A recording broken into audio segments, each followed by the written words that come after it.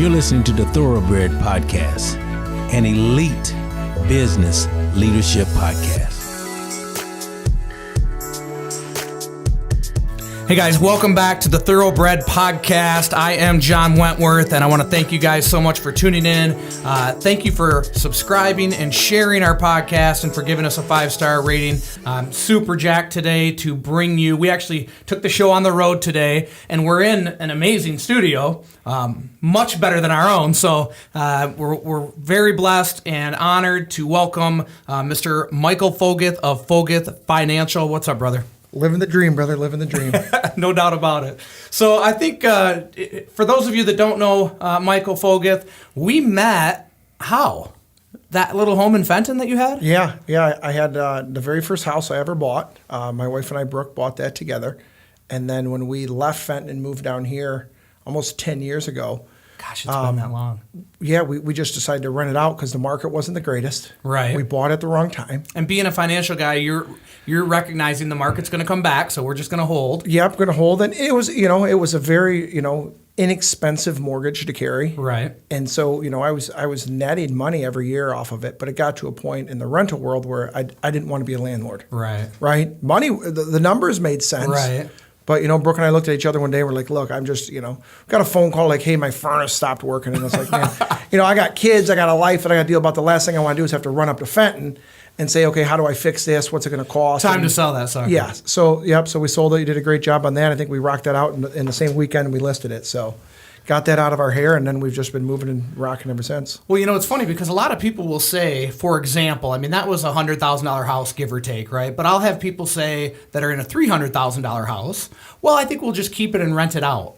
And that always worries me a little bit because to rent a $300,000 house out is a whole lot different than trying to rent out three $100,000 houses. It's exactly right. And so I look at the house that we're in. Or I'm in a real estate like triangle right now. I think we have 3 houses, right? Yes. And Thank you for bringing me into that triangle. Yeah. So where I'm at with that is I thought the same thing. Like the house that we're eventually going to sell, right?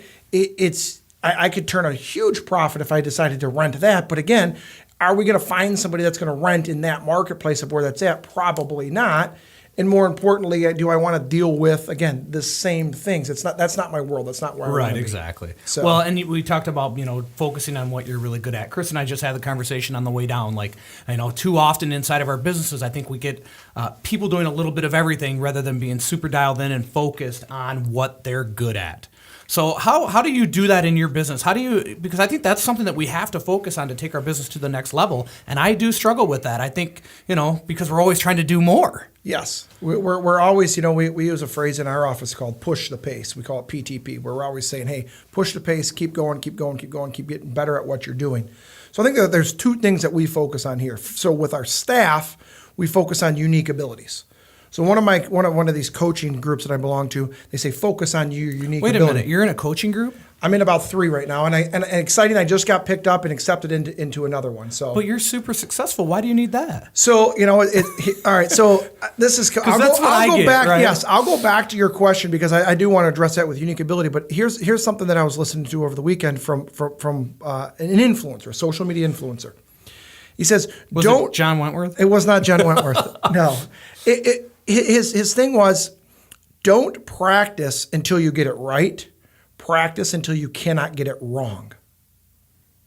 That's a good one. And I took I listened to it 7 times before, and every time when I listen to it, I still get a different spin on it. Right. Right?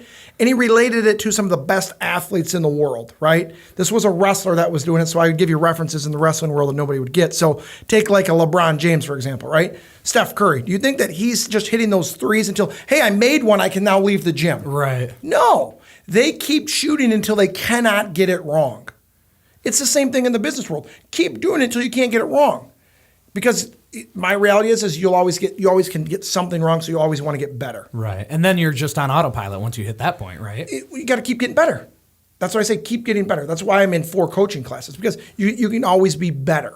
Well, there's no doubt. I mean, I get that all the time. Well, why are you going to coaching? Why are you going to here? Why are you going to there? And it's like, because if I always feel like I'm trying to be a pass-through for everybody on our team and in our business, right? So the more I learn, the more I can pass through to them. So really now, as the team has grown, I'm taking in this coaching, and then I'm relaying this coaching to the team. So really it's just growth. It's just about always wanting to be better. It's exactly right. And I think that goes back to where your goals are, right? Yep. So I started I now am coaching and mentoring myself, where all across the country we have between 15 and 20 people in our classroom right behind the studio here.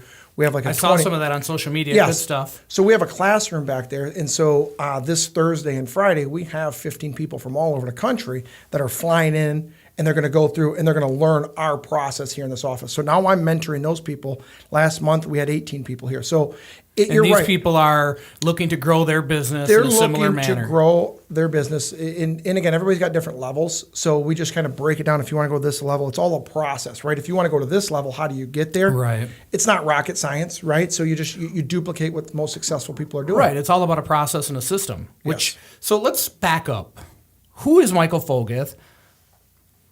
How many children do you have? Because I think that's a fun one. Yes. And just tell us, how did you get in the business, and how did you meet Brooke, and give us all that personal stuff. So a little bit of background on life, right? So I'm married to my beautiful wife, Brooke. We'll be celebrating our 10-year anniversary next month. So we're going on a little vacation where we're going to be getting away from our 5 children. We have 5 daughters under the age of 9. And so that keeps us busy. I was going to try to really impress you today and just rattle off their names, and now I already know that I'm not going to be able to do it. So tell us their names. So I have Olivia. Olivia is 9. She just turned 9. I have Layla 7. Sophia's 5. Emma's 3. And Amelia's 1. And he counts on his hand while he does this. Yeah, so. I gotta make sure that I'm that you don't miss anybody. Yeah. Yeah, so I always tell people, I always love when people say, I'm really, really busy, or I got this going on. I'm like, look, I get that, times 5, Yep. And we were just talking about, hey, Mother's Day, we had, 15 different activities. You had, 20 different activities. And so the kids keep us on our toes. So that is our life. That's my passion. Yeah. That's my why. Everyone says, why do you do it? It's because of my family. You know what I mean? It allows me, by owning my business and continuing to grow and to be successful, I look at it, and I had this conversation with my wife, it's about buying time. Right, this morning I said, hey, John, I'm going to be 10 minutes late. My one daughter wasn't feeling good, so I ran to the health food store, grabbed some stuff, some supplements, and flew that home. Got back here. I was 5-10 minutes late, but my family got what they needed from me. You know what I mean? And that's my why. That's why. And I said that when I went out and I opened my own business, to kind of go back to that. Why did I do this? Because I wanted that time. So we kind of have that similarity, right? Because in your industry, when you started in your industry, you worked for which company? I worked for a wholesaler in Southfield, M&O Marketing. So I worked down there, and I learned the business kind of behind the scenes. I was the product expert, right? I didn't have the consumer interface that I do now. Gotcha. I was business to business. So my first job in this industry was to train financial advisors on how to do their job. Well, then that's a good place to start, though, right? Because phenomenal. Everybody else wants to start at the front line. They want to be Michael Foguth before they did everything else to be Michael Foguth. And I think that's relative in our society in general right now, with everything being so available to everybody. They see the big, bright, shiny object. I always call it the finished product syndrome. So, they see me or Michael Foguth or whoever else, they don't realize there was 15 years of work behind that. Right. So absolutely. And that's what I tell people. It's a process. So when I'm training these advisors, it's the same thing. I mean, we break down how much business you're doing, how many employees should you have, what should your office look like? And as you continue to grow, here's how you phase up. Because people walk in here and they say, I can't do this. I say, you don't want to do this. Right, You're really trying to start at the finished product. Right. So how do you get to that? And where are the growing pains? And so those are always the things. Can you eliminate the losses? Now, you can't get rid of them, but can you eliminate some of them along the way? Well, and that's what part of the coaching is, right? I mean, it's not just learning new things. It's also trying to avoid mistakes that others have made rather than trying to reinvent the wheel. It's more of, okay, if I can have 15 people in the room with me telling me the mistakes they made, I can avoid almost all of them, or hopefully all of them. And I think that's huge because that goes back to time. Absolutely. Now you're saving time. Absolutely. And that's why I wanted to do my business. So before I even had children, one of the things that was installed with me from my parents is my dad always took me to school every day. I had a bus system that would go by our house, but my dad would drop me off to school. I love that you're saying that because I take my kids every day. And so I'm hoping, how old are you? I am 36. Oh my gosh, you're young. I'm hoping that when my kids are 36, they say this to somebody. Yes. And they will, I'm sure. And so when I was driving to Southfield, I said, and we started, I don't know, at 8:30 or 9. I was like, how in the world am I going to take my kids to school every day and be in their lives if I have to be in Southfield at this time? So that didn't fit my big picture. So I knew where I wanted to go before I even got there. And so that's the thing for me. I've taken my children to school every single day. I go on every single field trip. Yes. That's part of it. And so that's what I want. That's what I want. Because you put that in your schedule. Yes. All right. I mean, my schedule, someone asked me today, where's your appointment at 2? I said, I don't know. It's in my schedule. I'll look at it at 1:30 and figure it out. So Brooke and I just had a conversation about that today. She says, you don't know where you're going to be at noon. I said, I have no idea. I know where I'm going to be in 5 minutes from now. Mm-hmm. And I'm 5 minutes late to get to my office, so I'll call you as soon as I get out of here. You know what I mean? It's like that's my vision is right in front of me. I'm going to go out and I'm going to excel. And if I'm behind, I know I got to push through this next hour because I got to make up 5 minutes or whatever it may be. And then as soon as I get out of that, it's okay. Now what do I need to do? We have schedules. I have assistant. We have all these things that can then put us back on track to where we need to be. Well, and my wife will say that because she'll fill my calendar with personal stuff. My assistant will fill it with obviously appointments, and Jen will put something in my calendar like 2 months from now. And well, I don't ever look at my calendar 2 months in advance. I look at it the morning of, because to me, if it's in my calendar, then it's real, and that's how I go through the day, just based on what is next, taking care of what's in front of me, and then what is next after that. That got me into trouble, the planning ahead stuff. So what's changed my life in that sense was I brought on an assistant. I brought on somebody I've never had before. I never let somebody into my world. Right. And so I brought her on, and it's changed my life because they're looking ahead. Hey, we have a conflict 2 weeks from now. And before, how would I find out about that?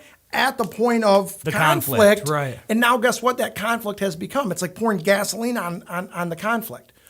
We are able to identify that, hey, let's move these things around before it happens, because you don't want to put something into second place if you don't have to. What are some basic finance tips, like for the listener that is, maybe starting to grow their business? And because I know I waited way too long, I think one thing that kind of happens, it did for me, and I think it does in general, like, we work really hard and our business starts to grow, and then all of a sudden it takes off. Yes. And you're like, oh, wow, for 3 years I didn't do any investing, I didn't do any saving. So what's a way that somebody can look ahead and just kind of maybe identify some basic finance tips? So when I look at this, I talk to entrepreneurs all the time, right? I have a little different mindset. I am okay with an entrepreneur investing into their business rather into their portfolio, if you will, right? Look, if you believe in what you're going to do and you're an entrepreneur for life, you will not get a better return than you will on yourself. Exactly. Right? So, hey, if you made an extra $100,000 or $10,000 or whatever it is, and you can pump that back into your business and get 7 times the return, 7 to 1 ROI, there's nowhere in the marketplace that's going to get that. Right? So from an entrepreneurial standpoint, I'm okay with that, because you're right. Once it hits, now all of a sudden investing, like I said, instead of putting in $10,000 a year, now you can do $100,000 a year, and you're saying, hey, I would have never imagined 5 years ago or 3 years ago or even a year ago that I could then do at this level. Right, exactly. When that time comes, though, the biggest thing for me, and I tell everybody this, it's all about taxes with your investments now. I deal mostly with folks that are in retirement or nearing retirement, and they're all coming into my office, and they have these 401ks and these IRAs, and they're ready to take the money out and spend it into their retirement years, and it's all taxable. So they're giving anywhere from 15 to 25% back to the government right out of the gate. So you look at a portfolio worth $1 million, it's really only worth $750 because 25 goes to the IRS. So if you're going to invest now, do it in the most tax advantageous ways. So you can do Roth IRAs. Taking the tax savings pay it up now. front. Yes. No. Pay the taxes today. Okay. Pay the taxes once. Because and then never they're again. going to be higher. Because I think they're going to be higher in the future, and your earnings going to be higher in the future. You could be 50, and the income that you're going to be making at 60 is going to be higher than it is at 50. So why wouldn't you pay taxes when you're 50 rather than when you're... So that's my biggest thing I tell people. Look, before you figure out, well, hey, what should I invest in this or that or this company or that company or this whatever? No. Start with the basics. Hey, let's pay the taxes here. Let's put it in the most tax advantageous account. So when we grow our money, it's all tax-free. Well, going back to utilizing your money to make money, right? I'll never forget my wife and I, and this was probably going back 5 years ago. We went and met with a financial advisor, someone that I knew personally in town, and Jen was really focused on college, right? And Mr. Fred Hensler said to her, "Why do you want to take money away from John when he can make money with it and pay for college and earn that college? I can't do that, what he can do with it." And this was in regards to flipping houses. Yes. Right. So we're going back a while before our business really took off. I was flipping homes. And so it was just funny because, I felt like I was going to get lambasted there. Right. And instead it went the other way. Right. And Jen reached over and just held my hand as if to say, okay, I get it. Right. So the big thing is with that, though, is you have to make sure once that investment on yourself pays off, though, at some point it has to flow out. Then you're going on. And Now, yes. right? So now when the kids go to school, where's the money going to come from? So with me, for my kids' school, for example, as soon as my kids are born, I set up an account for that, and I can just pump money into that. Again, it's all about tax savings. So when they get to be 18 or 20, the money's already ready to come out. I don't have to worry about it because, maybe 1 or 2 kids, it's a little bit easier. But for me, at 5 kids, boom, boom, boom, boom, boom, boom, boom, right? No matter how well business is doing, I don't want to have to force myself to suck that much money out of for sure. the business. For sure. So I set up an account right when they're born, so I know right where that's going to be, and that's a big peace of mind. Yeah, because when those girls hit college, holy Toledo. Yes, and right after another. Well, talk about time. You touched on it earlier, time in a day. We always hear people, there's not enough time in the day. Oh, I didn't have enough time to get it done. And, that's always kind of been something that irks me when people say that. And never more so than because there's always more time. Right. There really is. There's always more time. So when we went from Remax to independent, and that was kind of forced on us, I developed a lot of extra time to devote to that. I was going all day and night, and you just realize there's so much more time. So how do you really manage that? To me, I know it's about my calendar, but that balance, right? Because still, yes, there's always more time, but we have to provide balance for our families. So how do you do that? So I think there's 2 answers to that question. Number 1, it's not about having time, it's about having priorities, right? What are your priorities? That's what you're going to accomplish. This is what I always say. It's not about time management. It's choice management. That's exactly right. That's exactly it. So number 1, it's setting your priorities. And number 2, another mentor of mine says, be where your feet are. And I've said that before. You've told me that. I love that. I'm not the greatest at it. I want to be better and better. Again, you want to get better. You want to get better. I'm looking at one of these elite masterminds that I was just accepted into, and the next quarterly event that they have is when my daughter has a weekend softball tournament. Ouch. Right? So I haven't come to that conclusion, and I talked to him there. I was like, hey, I thank you for accepting me here. I paid the money to be in there, right? Big check that I had to write. Right. And they're like, well, our first meeting's here. And more to the story is we just canceled the family vacation in Traverse City. We were going to go up to Traverse City for 2 weeks. We canceled that because we were supposed to be home for the softball tournament. Now for me to say, hey, we canceled the family vacation, but I'm going to leave. Right. That doesn't puts you in a bad spot. Yeah. And so we talked about that. So it might be one of those things where I'm just going to fly in for maybe 24 hours. I'm going to make it a priority to catch a red eye back. Right. No sleep and show up to the first bowl tour. I don't know. I haven't got to. Remember, we're talking about, right? Oh, yeah. I'm focused today, right now. I got to look at the middle of July. I'm not there yet. But when those times come, you're going to have to make those priority choices. You have to make those things. But in the moment, just be where your feet are. You know what I mean? Social media is kind of a blessing and a curse at the same time. Oh, for sure. If you're using it to be proactive in bettering yourself or your business, great.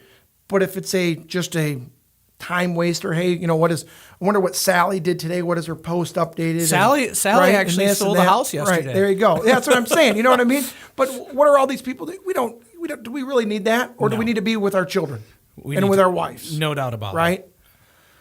Let's talk about, and we talked about this before, we talked about our journeys, our personal journeys, and, in our faith.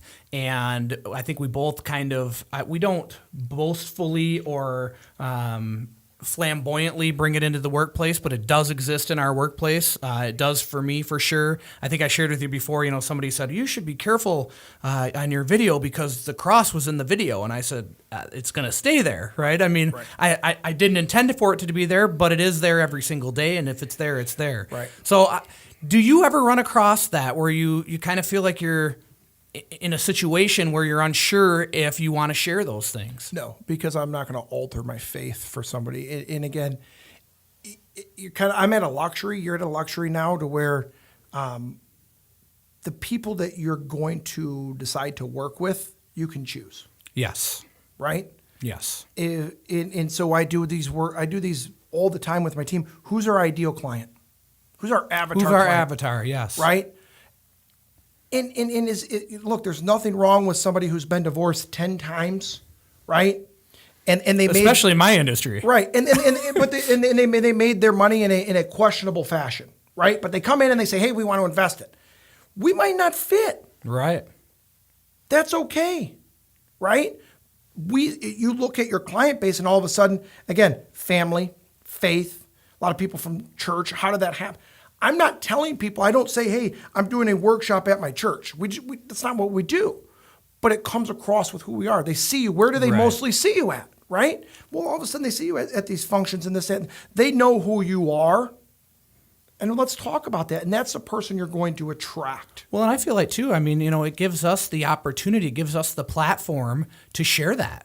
Right. And to bring people to maybe that are already filled, I think that everybody's got some faith in them, but, sometimes they feel like they're suppressing it. Sometimes their jobs, I think, make them suppress it. Right. And so for me, it's just I want people to know that it's okay to just be who you are. And you said, yes, we've built our business, so we're already a little bit established, but we never want to detour from who we are as people. Absolutely not. Absolutely not. And so even those people that are starting off, I tell them, and I've always done this myself. From day one, I operated my practice as if I was already where I'm at now and growing. So I've never altered who I am. Look, we're not going to accept somebody just because they have more money than next. We have no limits. We'll accept somebody. I have clients that their children invest $100 a month with us. I'm like, you don't have a minimum? No, because that person needs me just as much as the guy with $16 million that we're working with. It doesn't.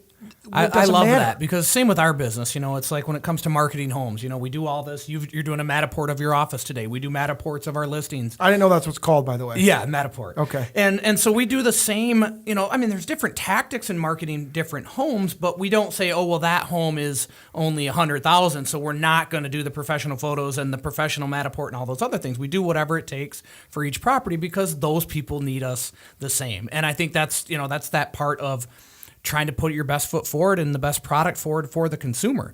Let's talk about real estate real quick because we just had a transaction. Yes. And, first of all, thank you for your business. Thank you for your trust. Thank you for riding that roller coaster with me. The difficult thing for me in real estate is let's count how many people are involved in a transaction, right? So you've got myself, the other realtor, a buyer and a seller. So now we're at 4, 2 title companies, 6, lender, 7, appraiser 8, inspector 9. I don't know, what else can we throw in there? I think the whole person's office, right? Right. And so it's just, there's a lot of moving pieces, and that always that's one of the things that is difficult for me because you can't control all of that. No. Like we just went through, right? Lots of crazy stuff. What do you see in the real estate industry from the consumer point? So I think that this is across the board, okay? You've been doing this long enough. If you can educate your consumer what will happen before it happens, we're comfortable, okay? There's always going to be surprises. And so if you can educate your consumer, hey, this may or may not happen. You've been down this road. You've done enough transactions. Nothing should surprise you. Will something happen that's never happened before? Absolutely. That's just life, right? But you know how to adapt to that in a positive way. It's all about how you respond. Well, and I think, too, for us, like you said, we do so many transactions that sometimes we forget that the consumer doesn't. Yes. Right? And I think that's all businesses have that, I don't want to call it a flaw, but we just have to be aware of that. It's part of the process, right? And so what I identified that here, because I take for granted I'm just going to do what I'm doing. We're moving so fast, and then we're ready to help the next person. Well, you can't forget about the other people that you've helped. So then what ends up happening is you have to build a team around you. And so we've changed our process. After we do a transaction with a client, we help a client change things. I bring somebody in from my office that will walk them through the next steps. You don't need to put the sign in the yard. No. But somebody's going to walk them through. And then there's another team member that can come through and say, okay, now we're at this phase. Here's what it will look like. And because that team member does it all the time, right? In your office. Right, same thing. I was texting and emailing with Brooke in your office. I didn't need to go to you because that's not your unique ability. We talked about that, no, right? You don't want to call me about paperwork. That's right? So we know that it's the same thing. Could you have helped me? Sure, but I know I would have got it done a little bit more efficiently, no offense, with somebody that does it every single day. Exactly, because that's her gig, right? That's what she's focused on. It's funny because another thing Chris and I were talking about on the way here is, inside of the office, and we already touched on this, having too many people doing too many things. And Brooke is ultra efficient because she is really the only person in our office that has one task. And so she just rocks it all day long. She doesn't have to think about it. She's on autopilot. Yes. So now I've identified I need to get some more people dialed in. In that manner. Absolutely. We're doing that right now in our office. We were going to look at bringing in one role, right? So we started doing interviews. Lisa and Alex in my office were doing these interviews. And then we're 2 weeks into this interview process and we're like, wait, let's pull an audible. I think that our structure of our office would work better if we did this. So we're in the process of looking at restructuring things because we think that there's internal people that would succeed in other areas rather than bringing somebody from external. So I always look at unique abilities. What is somebody's God-given talent? And then just triple down. Let them just run with it, even though it's the last 2 people I've hired in this office interviewed for a different role than they're actually in right now. That's awesome. Because that's awesome to be able to identify that and to say, look, I like you. I think you would be good. I just don't know that this is the right place. What about here? Yes. Right. Do you get pushback on that? Do they feel like, oh my gosh, I think they think I'm crazy. Yeah. They really do. Right? I mean, they're like, hey, I'm here for this job. Wait, what do you mean you want me to do this one? I said, well, the last 10 minutes, I'm a pretty good judge of people. I think that you would be a lot better fit and more importantly, be happier to do this instead of what you think you're interviewing for right now. I had a gal, I sat with her last week, in fact. She came in, she is a realtor, came in to hire on our team as a realtor, and all she talked about the entire time was marketing. And I had seen some of the marketing that she was doing. And then at the same time, other conflicts that were really holding her back from being able to sell. And so I said, well, do you want a marketing position? Because we're looking for that. And so it's just really interesting. But you're right. You've got to be able to identify that inside of the room and then also have the gumption to share it with them, right? Yes. Because I could have just hired her as a realtor. She would have done okay, I'm sure. But I don't think that that's where her passion was. When she spoke about selling real estate, she wasn't excited. When she spoke about marketing, she got really excited. Yes. And so to be able to identify that and also, well, it's like anything else, right? I think that in life, we have to be able to adapt in the moment. Absolutely. I think that's what makes somebody a very elite business person. I completely agree because there's no 2 transactions that are the same. Oh, right? for sure. Go back to the one that we were in. I thought that deal was done 10 times over. The house before that we thought we were going to buy, on what was it, over the vlog that we actually did that negotiation in the other conference room. That house didn't go through because the homeowners association wouldn't do something. And we all, even the guy that we were buying from, his family said, "Oh, that's a no-brainer. I'm on the board. We'll get that approved. Yeah. This is a done deal." And we're like, great. We hired movers to come and all this stuff. We had everything lined up to go to this other house. And the homeowners association says, again, throw that into the mix of people, right? Sure. I mean, the list can go on and on and on and on. Do you have, because I know our list is super, super extensive. For running your business, is it that extensive also? Like, I know you have different, people on your team that do different things. In real estate, there's so many people that aren't on your team that are doing their own thing, and maybe they haven't been coached properly, or they haven't been trained, or they don't have mentorship. So I feel like in your industry, with your clients, you can control that a little bit more. We can, except for the one variable that a lot of people don't look at. Every client that we are fortunate enough to work with that come on board with us, we have to take from somebody else. Because they're already somewhere. They're already somewhere. And even if they don't have a financial advisor, the financial advisor is technically themselves because they may be managing it on their own. So they either have to leave themselves of saying, hey, I now will give up control. Right. Which is harder a lot of times than somebody that says, I mean, I can give you every story under the sun. I have their neighbor's son with 40 years that they've worked with, right? And they move their money over. That's awkward. Yeah. We have family members. We've had their children. I feel bad when I change accountants. Right. So we had it was their son took a job, was working, and it wasn't working for them. They left their son. I mean, it's everything. So if you can provide enough value and give them, again, the reason that, look, this is going to be that much better. So that's the hardest thing for us is sometimes we can show them and we can build everything for them. And everything that we do in this office is for the client driven. Everything is in their best interest, right? They still have to leave where they are at. So I think that, and again, so we've identified that as part of this process. So then what we will then do is have an opportunity to coach them. This is going to happen. So I just think it's all about if you can coach them and because, you know, I wrote this in the last book that I did, I will retire somewhere around 200 times this year. Well, what does that mean? I'm helping north of 200 people per year accomplish their retirement goals. That's pretty awesome. And how many times should somebody really retire?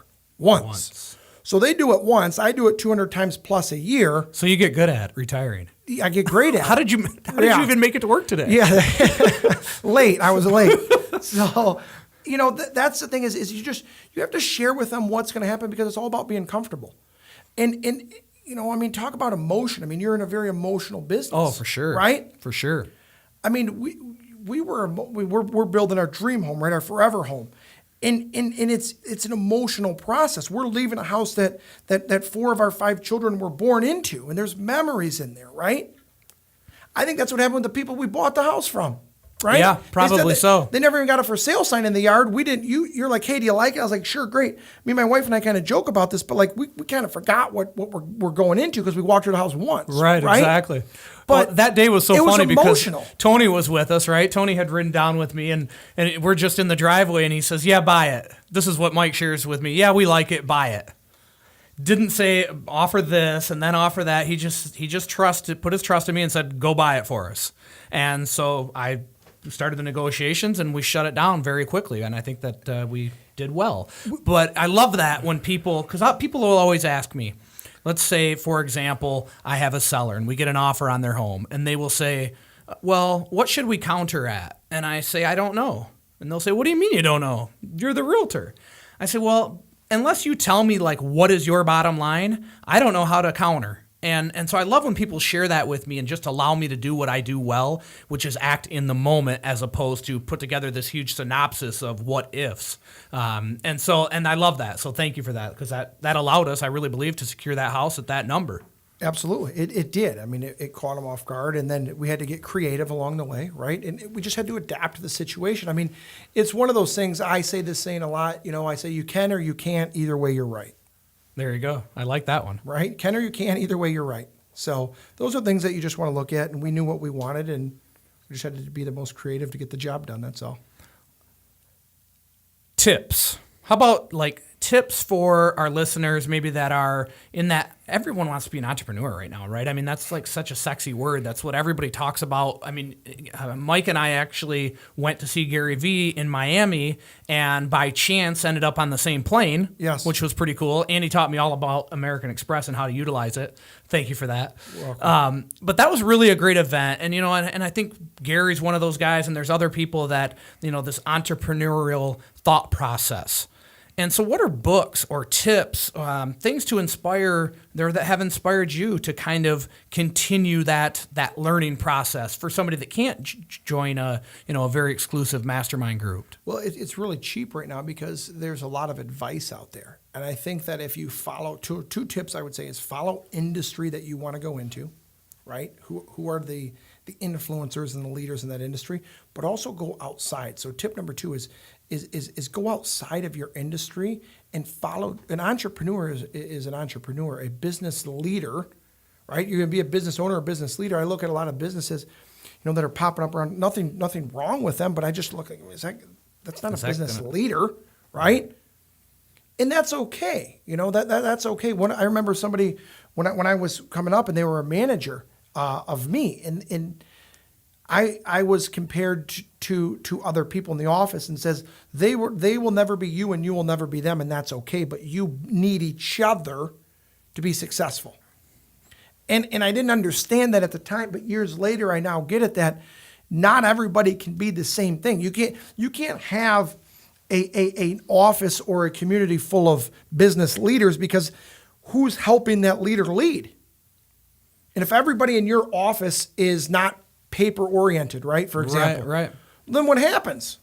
All of our deals are going to fall through because nobody checked box 4, right? Because they're already on box 6. Exactly. So you have to have that balance. So find people that you can surround yourself with that will make you better. Yes, I think that's a big one. I think, for me, even for people on our team, I'll say to them, just look at your surroundings. Who are you spending your time with? Are you putting yourself in a position to reflect on yourself, to reflect on your day, to learn from what you're doing right and wrong? And also the people around you, are they doing the same thing? And are they the right sphere of influence for you? Absolutely. And where do you want to be, right? There's so many different free resources out there of setting goals, right? If you want to be this, get back to the question, if you want to be an entrepreneur, what is it that you really want? Yeah, great point. I mean, I didn't start out with that in mind, right? I just needed to eat. Yes. I mean, truly. And that's fine, right? So someone say, hey, I just don't want to do what I'm doing because I'm not happy, so I want to do something else. That's fine. But are you evolving and adapting along the way? You're 3 months in, now you're eating. Now what? Now what? Exactly. It's not the same goal. Look, you don't need to worry about eating anymore, right? What do we do next? How do we get better? But if you stopped at, hey, there's food on the table, I'm content. If you're not, I would say if you're not growing, you're dying. Yes. People say, all right, when are you going to stop? I say, I don't know. What's your number? More. Well, that's with our team too. I think inside of our team, they say, oh my gosh, more. Why? And for me, I'm just driven to help the next person that was eating peanut butter and jelly sandwiches not eat peanut butter and jelly sandwiches. So I think that we get to a point where, and you're in the same position now, right? It's not just about us. It's about our clients and our staff. I mean, I've basically got 25 mouths to feed. Yes. And that's what motivates me and keeps me going every day. Absolutely. So, the other thing that I identified, took me a while. I'm not a manager of people. So when I hired a manager, my number one focus, my number one priority is my clients. And that was hurting my business because my attention, my passion, my everything went into my clients. So who took second place every time? My staff. So as soon as I hired a manager to put my staff number one in the manager's book, and yes, you can stay number one. And I stay number one with my clients. I mean, you can ask my staff. I email 7 days a week, 24 hours a day about a client. That's where my hey, do this for so and so. I was thinking about this over. Do this, do that, and it just that's where my passion comes. If I look at a ranking, most important to me is my clients. Well, and it shows. But I have to have somebody that's going to put all the people in our office as a priority because I have 3 people to do that. I think I need one. Yes, you do. You just need someone because they need to know who to go to. Who's that person that they can go to kind of help things out? Well, the Thoroughbred Podcast, right? So this all started with I love thoroughbreds, right? I own thoroughbreds. I'm very passionate about that. But Chris came up with the idea because the secondary meaning to this is an elite or first-class person. What does that mean to you? Because for me, and I always share this, is, people will often say to me, oh, do you know so-and-so? He's got so much money. And I'll say, I don't give a shit. I don't care what kind of money he has. Right. Is he a good person, first and foremost? Right. So what does that mean to you, an elite or first-class person? I think it's easy with kids to relate to this. And in my mind, I always think to myself, would I trust this person with my kids? Ooh, that's a good one. Because my kids are my everything. Yeah. I protect, especially being a father of all daughters. I've toyed with the fact, and my wife and I joke about this, when they get older, I'm going to hire a 24/7 bodyguard just going to follow them around. And she's like, you can't do it. I was like, no, I'm seriously contemplating doing it. I think it's reasonable, you can right? do that. I think it's reasonable. I know where they're at all times. But But that's my there's nothing in this world I would sacrifice my everything to protect my kids, right? So would I allow my kids to ride in your car to go to an event? I love that. It's kind of like that everything around it. I don't need to think about who they are, what they did, or what they had for lunch, or where were they raised, or this. Did I get to know them as a person? And would I trust them with my kids? Yeah. It really is that simple. I love that one because as I mentioned, I drive the Rocco and Delia to school every day. And Mia Medawar, which is one of their friends and a good friend of mine, Rhonda Medawar's daughter, they live right down the road. And so, we try to pick her up once a week. And in that moment, to go up to the door and get her, I know there's a lot of trust there. And I embrace that. I love that. And then, Ronnie will come pick our kids up too. And I don't have to think about because I trust him so much. Right. So I think that's awesome. Yes. And I always looked, when I became a father for the first time, one of my mentors said, we were talking, he's like, hey, do you know that you only have one job as a father for your kids? I'm going, sweet, this guy's going to give me the keys to the castle. He had 5 kids, right? He's like, all right, this is awesome. It's like, I got it all figured out. This guy's going to teach me. He goes, you only have one job. That's get your kids into heaven. Wow. And again, one of those one-liners that, do you really know what it means? And you kind of, and I blew my mind. I'm going, wait, what do you mean, right? And then it stays with you, and you just keep growing and keep growing and keep growing and keep growing. And it's just like, I think I get it, but I don't get it. So I'm going to keep getting better at making sure that they get into heaven, right? And they know God, and they know they have that foundation. They're doing all these things like that. That's it. Well, and so let's talk about that for a moment because, again, I found my faith journey just 5 years ago. Prior to that, I did not have God in my life. And so it's like I went into a men's retreat as, John Wentworth, and then I came out as a different person, and my wife was kind of like, who are you, right? But she knew it would have that impact on me. And it's emotional, because I remember leaving there, and Rocco, who is a wild and crazy 8-year-old, at the time was 4. And one of the things that I shared on that retreat is that Rocco and I always kind of we're oil and water, right? Because he's wild and crazy just as I was. And I learned so much on that weekend about my children, and it wasn't about me trying to get them to change. It was me changing for them. And that was a huge revelation, and it was instantly that relationship with especially Rocco changed. Delia, my daughter, she's my she's daddy's girl, and so we're water and water. Yes, kids will teach you more about life, I think, than you will teach them. That's my take. I remember my oldest daughter Olivia. She was about 1.5, maybe 2. She's getting ready to go walk up the stairs in the house that we're in. And for me, across the room, I was kind of raised, my dad's one of 13, and yelling was just communicating. It was talking. There was nothing, it wasn't like you were mad, bad, or in trouble. So I yell at her kind of with a deep voice, like, hey, don't go up there. She turns around and looks at me and starts crying. Oh. And I look at my wife, I'm like, what the heck just happened? Like, why is she crying? Did she step on a nail? Or like, what the heck happened? And she's like, you cannot talk to her that way. She's a soft and gentle soul. Like, and then it kind of gets back to, and I won't go down this, but it's that love language, that book, the 7 love languages. Like, what is your child's love language? It's a way to communicate people to get the message across, because that's different to each and every one of your children. So it's the same thing. Like, how do you communicate to your kids, right? And so, I think that's a whole other separate topic, but the way that you can communicate them is going to reflect differently with each child. For sure. Yes. Well, and I think that there's so many things that we do, talking about getting our children to heaven, there's so many things that we do that we don't realize the impact on them, both positive and negative. Yes. And it's easy to, when one of the positive things happens or creeps up, to celebrate it.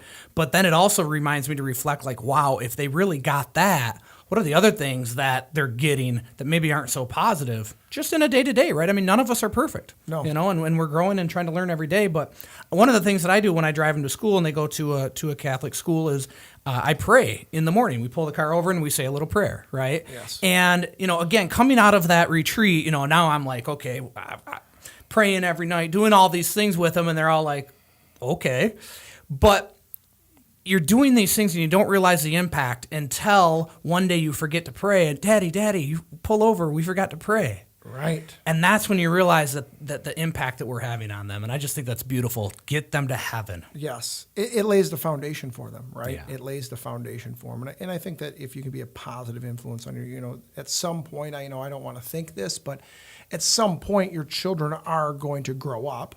No. And they're going to go, right? And they're going to go out and they're going to be on their own where you can't. Well, they'll have a be bodyguard, there. though. Yeah, that's what I'm hoping, right? That's what I'm hoping. But they're going to be somewhere where they're going to be in a situation in life where they have to make a choice to go left or to go right or to go wrong. And I'm not going to be there. My wife's not going to be there.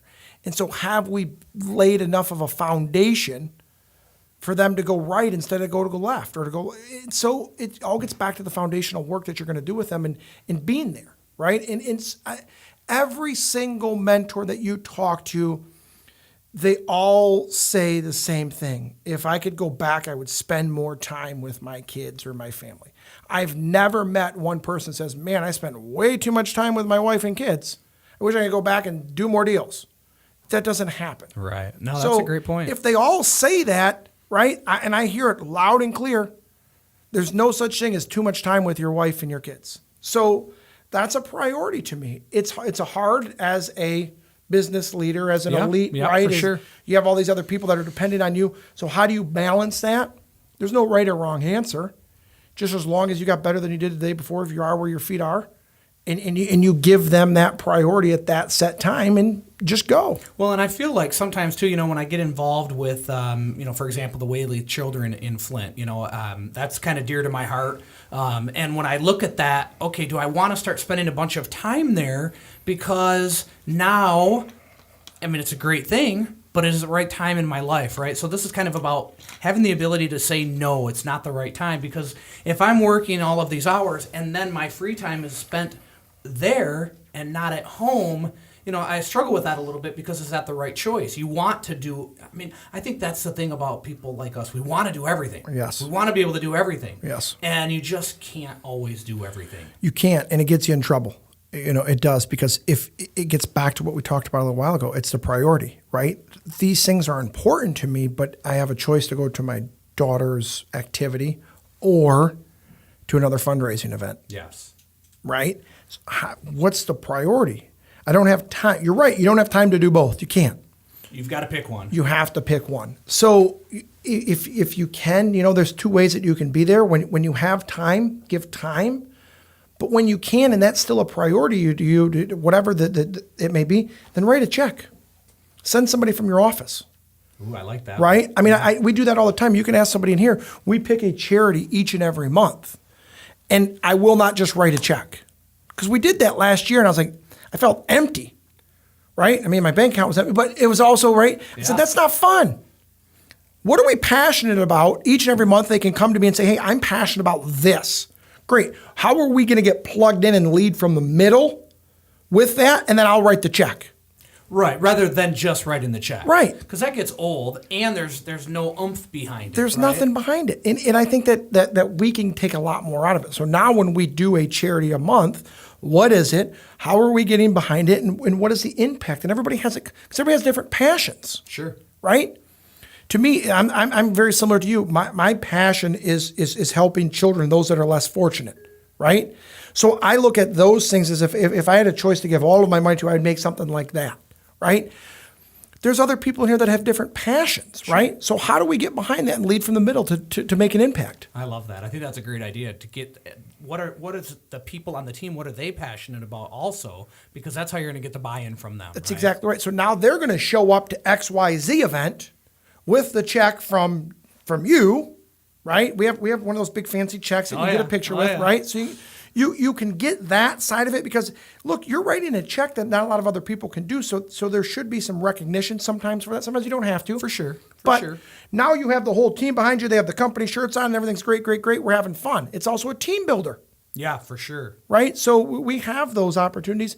And now you are in two places at once, right? You're at your kid's event. and your company is over here providing a value to whatever is a priority to you also. Yeah, I think that's a great idea. A great way to look at that. Guys, I want to say thank you to Michael Foguth. Brother, man, that's it's a pleasure to know you. You are a mentor to me. You know, I look at what you do and running with your family and know that I always have more in me to give my wife and my kids. I appreciate your conversation when we talk about God and just kind of where that leads us in life. And so I just, big shout out to Michael Foguth. Foguth Financial, we're in Brighton, Michigan. Thank you guys so much for tuning in. Mike, take us out. I'll leave you with this. Continue to practice until you do not get it wrong.